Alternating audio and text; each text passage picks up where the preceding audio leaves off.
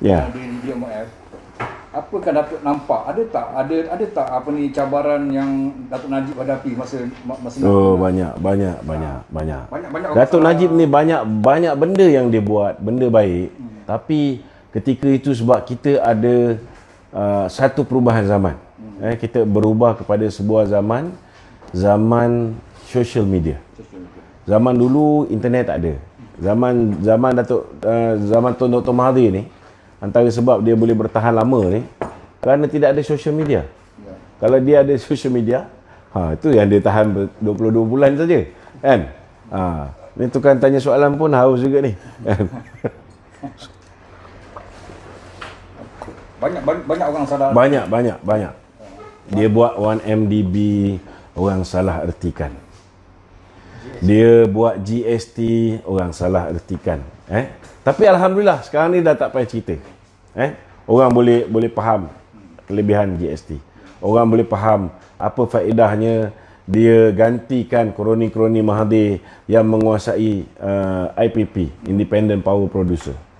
Orang boleh faham kenapa dia suruh 1MDB beli tanah untuk buat rumah mampu milik. Orang boleh faham kenapa dia suruh 1MDB beli tanah TUDM Sungai Besi untuk buat bandar Malaysia. Orang dah boleh nampak sekarang. Orang dah boleh faham kenapa dia nasihatkan supaya Proton menjalinkan kerjasama dengan apa ni Geely. Tengok hari ni deposit yang telah dibayar untuk membeli X50 20,000. 20,000 orang dalam keadaan Covid ni, orang tak ada duit ni, 20,000 X50 laku. Pasal tempatan tu. Ini benda yang orang tak nampak, kan? Tapi apa berlaku ketika tu? Ni yang saya nak cerita sikit pengalaman. Ketika tu orang kata Najib jual Proton kepada negara China. Ini saya nak beritahu. Mari kita kupas benda ni yang orang tak nampak apa yang Najib nampak. Okey. Proton ni saya nak beritahu, dulu memang hak milik negara. Okey. Zaman Tun Mahathir lah, 1981 dia jadi Perdana Menteri, 83 dia buat Proton, kan? 85 kita lancar Proton Saga. Tapi how Proton survive? Proton survive dengan cara Mahathir mengenakan duty excise kepada kereta import. Kalau tidak, tak mampu. Kita produce dalam kuantiti yang kecil, kos dia menjadi besar. Jadi kereta kita lebih mahal daripada kereta-kereta Honda, Toyota dan sebagainya. So, semenjak zaman Mahathir lagi, sampailah tahun 2012, bila mana Proton dijual kepada Seth Motor, kepada DRB Highcom, atas permintaan Mahathir jugalah. Kerajaan dah bagi pinjam, dah bagi grant lah, senang cerita. Suntik modal 17 bilion. Tapi kalau bila dah kerajaan dah setuju dengan Tun Mahathir bagi kat Seth Motor, takkan kerajaan nak suntik modal lagi? Betul tak? Itu pun Seth Motor datang meminjam. Di Biacom meminjam 3 bilion. Tapi yang diluluskan oleh kerajaan cuma 1.5 bilion.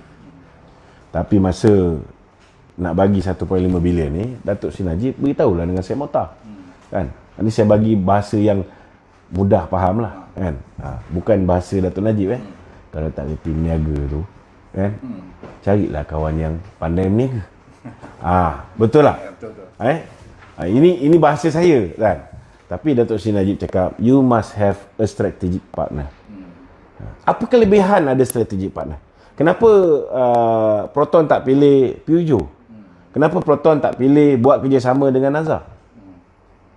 Kena faham. Proton ni, walaupun kita ni, ketika zaman Datuk Seri Najib, kita chairman ASEAN. Tapi kereta Proton ni, nak jual dekat negara-negara ASEAN pun tak boleh. Tak boleh. Ada negara yang kita tak boleh tembus. Okey. Itulah sebabnya antara kelebihan kenapa kita memilih Geely. Okey. Geely ni orang tak kenal, Geli orang tahulah, kan. Geely orang tak tahu, kan. Apa kelebihan Geely? Okey. Pernah tak dengar kereta Jaguar? Jaguar. Volvo. Jaguar, tahu pernah dengar Pernah. Land Rover pernah dengar Land Rover? Pernah. Pernah dengar Land Rover Antara Tata pernah dengar Tata? Ya, pernah. Pernah Antara Tata, Jaguar dengan Land Rover, mana yang bagus? Jaguar. Kualiti kan? Kualiti. Jaguar. Jaguar bukan Land Rover. Yang Rover, Range Rover pun Range Rover pun bagus kan? Range Rover memang bagus. Tapi yang reality dia, yang bagus dia Tata. Sebab dua-dua ni Jaguar dengan Land Rover dimiliki oleh Tata. Oh, okey. Macam mana Tata ni boleh selamatkan Land Rover, boleh selamatkan Jaguar yang orang tahu spare part mahal nak mampus dan Jaguar boleh hidup. Sebabnya kerana penduduk India hampir sama banyak dengan penduduk negeri China. Nearly 1.4 billion. So di situ saja sudah ada market yang cukup luas untuk pasaran kereta Jaguar dengan Tata. Sama juga dengan Proton. Sebelum kita bekerjasama dengan Geely beli Volvo. Volvo dah nak mampus ni. Bila Geely ambil alih, 1 tahun dia boleh jual 420,000 kereta. Volvo. Mahal dan spare part pun mahal. Tapi bila dia boleh produce dalam kuantiti yang besar, sudah pastilah kos dia akan menjadi lebih murah. Betul tak? Dan bila dia dah jadi sebahagian daripada milik negeri China, tahulah orang China ni macam orang kita juga. Apa benda yang ada kaitan dengan negaranya, dia akan support. So, cuba bayangkan nearly 1.4 billion people yang akan support Volvo tu. Ianya akan memberi impact kepada jualan. Itu sebab menjelang 2020 ni, dia orang target boleh jual lebih 800,000 unit. Okey. Maknanya, kalau kita kerjasama dengan Geely, nombor 1, rakyat negeri China 1.4 billion, lebih kurang 1.4 billion ni, akan memberikan sokongan. Kalau Volvo yang mahal dia boleh beli, takkan kereta yang boleh dikatakan murah, Volvo ni Proton ni, dia orang takkan support. Sudah pasti dia lebih boleh support. So bila dia boleh produce dengan kuantiti yang banyak, apa kelebihan pada Proton? Nombor 1, nak produce lebih besar, kena besarkan kilang. Kilang Proton kat mana? Dekat Tanjung Malim. Ni benda yang Najib nampak, orang lain tak nampak. Faham tak? Bila Proton tu buat besarkan kilang dia, tanah orang kat Tanjung Malim tu laku. Yang untung orang Tanjung Malim. Bila dah buat kilang tu, kena ada pekerja. Kena bawa orang-orang bekerja. Tak semua tempatan. Tapi ada juga peluang pekerjaan untuk warga tempatan. Ada peluang untuk perniagaan warga tempatan. Warung makcik-makcik akan tumbuh macam cendawan. Kedai-kedai runcit kecil akan tumbuh macam cendawan. Kan? Kalau katalah dia ambil juga pekerja daripada Bangladesh ke daripada mana untuk membantu kilang ni, walaupun banyak benda yang automated yang digunakan robot dan sebagainya, tetapi sudah pasti juga kedai-kedai dekat Tanjung Malim yang dulu tak laku akan ada peluang untuk dijadikan asrama pekerja dan sebagainya. So tilam akan laku, furniture business kita akan hidup, orang yang buat cooking utensil akan hidup, semua dia akan memangkin kita punya perniagaan. Okey, yang kedua, bila buat skala besar, kos spare part akan jadi sangat murah. Betul tak? Ini benda yang ramai orang tak faham. Bila kos spare part murah, yang tak bagusnya, yang ruginya orang macam anak saudara Tun Dr. Mahathir. Vendor-vendor. Yasmin punya suami Tan Sri Rahmat memang tak baguslah. Sebab Geely hantar surat, kena kurangkan dia punya harga vendor. Dulu memang saudara mara Mahathir je, terutamanya Yasmin Enterprise ni, Yasmin syarikat Yasmin ni kan. Tan Sri Rahmat memang kaya raya. Dia supply apa dia panggil, tar yang bawah tu, bawah kereta tu ada tar tu. Itu pun dah buat dia jadi jutawan kan. So pertama sekali bila produce besar ni, dia kena turun harga. Nombor 2, dia kena jaga kualiti. Sebab kau kena ingat, Volvo is the most safest car in the world. Kereta yang paling selamat di dunia. Dan yang kedua, Geely juga adalah merupakan syarikat yang memegang saham terbesar Daimler Chrysler. Daimler Chrysler ni yang buat Mercedes-Benz. So maknanya partner baru Proton Saga ni, Proton yang satu ketika dulu dikenali dengan masalah power window, yang dikenali ada orang kata melampau lah kan, tapi ada juga orang kata tin Milo. Betul lah. Ini kita kena cakap kan? Ada orang kata apa ni, macam aku dululah kan, kita dapat kereta perdana kan, kerajaan, kita tahulah kadang-kadang 1 tahun 2 kali tukar gearbox. Kan? Ini masalah ni. So kereta kita ni kualiti kurang sikit. Tapi bila kita ada strategic partner yang menghasilkan kereta paling selamat di dunia dan kereta yang luxurious car, kereta yang paling selesa. So apa akan jadi pada kereta-kereta yang bakal diproduce ataupun dihasilkan berdasarkan usaha sama Geely dengan Proton? Itulah dia yang keluar kereta X70, kereta X50. Semua kereta ada kualiti.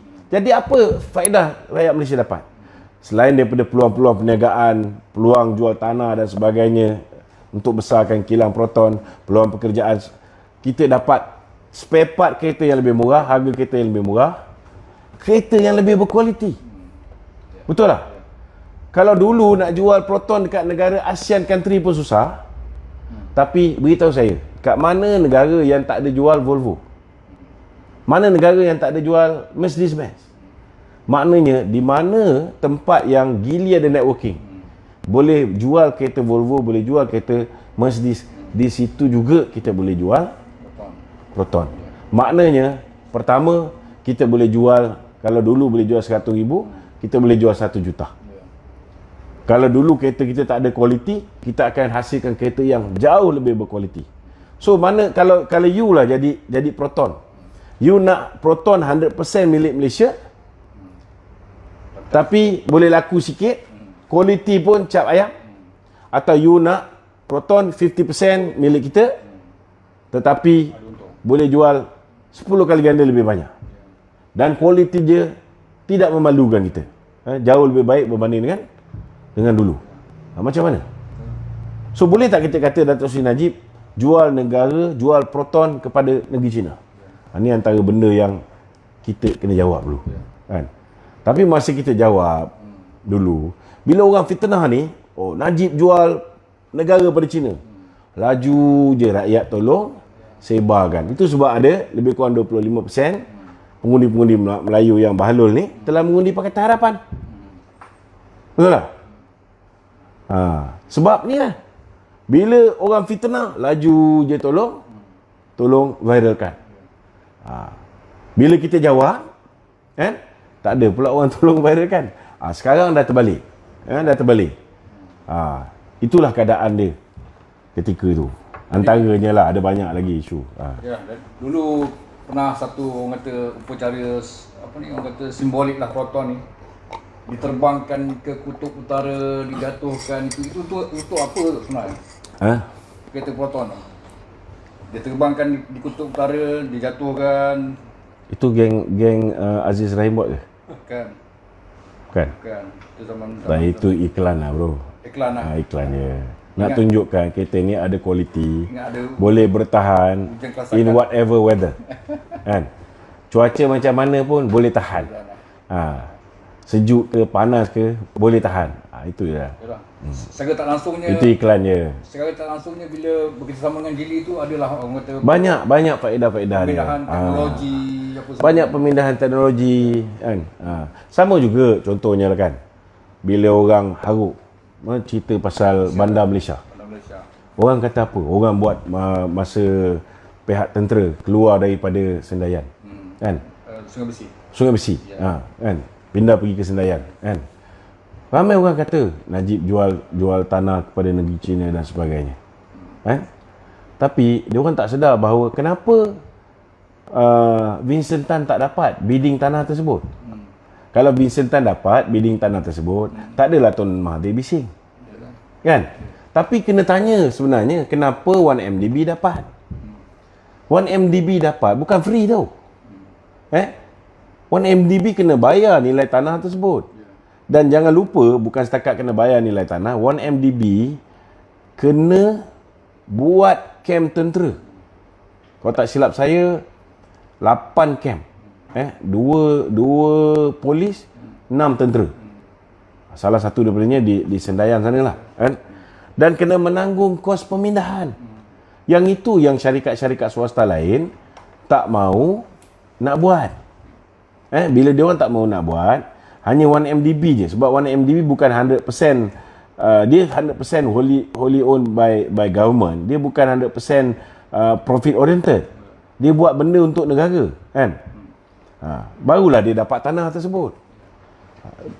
Ini pun satu aspek yang mungkin kita boleh kupas. Apa kelebihan tanah ni? Okey. Di sini juga tanah ni akan bermulanya high speed rail. Ini pun orang kata, tengok Malaysia jual kepada negeri China. Padahal high speed rail ni akan memudahkan kita pergi ke Singapura. Okey. Apa kelebihan-kelebihannya? Contohnya, dari segi pelancong. Pelancong kat Malaysia dengan pelancong Singapura ni agak-agak negara mana lagi banyak? Singapura. Kenapa pelancong Singapura banyak? Salah satu sebabnya ialah kerana pelabuhan di Singapura ni antara yang terbesar di dunia dari segi jumlah kontainer-kontainernya yang di sana. Antara yang terbesar. So, orang yang pergi ke Singapura ni bukan semuanya pergi ke Singapura ni untuk melancong. Ada yang pergi ke sana berdagang. Business meeting. So, orang pergi business meeting ni, businessman ni, dia punya apa ni? Dia punya salah satu dia punya KPI dia. Kos mesti paling minima. Kos. Dia punya profit mesti paling maksima. Paling maksima. Okey. Apa yang boleh diperolehi daripada pembinaan high speed rail ni? Okey. Pertama, dulu orang kalau nak pergi ke Singapura, dia akan landing di Singapura, Changi Airport. Dia akan tidur di Singapura, maka dia akan ambil hotel Singapura. Hotel Singapura dengan hotel Malaysia, mana lebih mahal? Hotel Singapura. 3 kali ganda lebih mahal. Kalau dah duduk kat hotel Singapura, takkan makan kat Malaysia, betul tak? Dia akan makan dekat Singapura. Lagi mahal juga. Betul tak? Sebelum balik ke negara asal dia, dia mesti shopping sikit beli barang. Dia akan shopping di Singapura. Okey, baru dia balik. So apa manfaat dapat pada negara? Tak ada. Okey.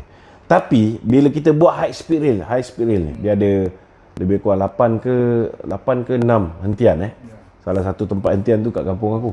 Dekat Seri Gading. Kelebihan dia, selepas ini orang yang pergi berdagang dengan Singapura ni, dia tak perlu landing kat Changi Airport. Dia landing di KLIA. Dia boleh tidur di Kuala Lumpur. Dia boleh tidur di Kuala Lumpur, dia boleh makan kat Jalan Alor ke, makan dekat belakang apa ni Talasco ke. Kan? Dia boleh makan dekat sini. Besok pagi pukul 8 pagi dia shoot. 9.30 dia dah sampai sana. Pukul 10 dia start meeting. Pukul 5 dia dah habis. Dia boleh terus shoot balik. Dia boleh sambung makan lagi kat sini. Kan? Sebelum balik, dia boleh pergi shopping dekat Star Hill ke, dia boleh shopping dekat Mid Valley ataupun dekat apa ni, mana-mana shopping kompleks. So, apa kelebihannya? Industri kecil sederhana akan meningkat. Gerai-gerai tumbuh macam cendawan. Hotel-hotel akan tumbuh macam cendawan.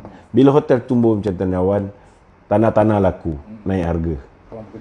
Peluang pekerjaan. Sama juga macam tadi. Kemudian cooking utensil, perabot hotel, marble, shilling, glasses, everything. Kan? Semua ianya akan memangkin ekonomi. Betul tak? Betul. Benda ni yang sepatutnya dipikir oleh Mahathir sebelum dia membatalkan high speed rail. Akhir sekali, dan sebelum dia punya kerajaan nak jatuh, baru dia fikir balik, baru nak buat balik. Nampak tak?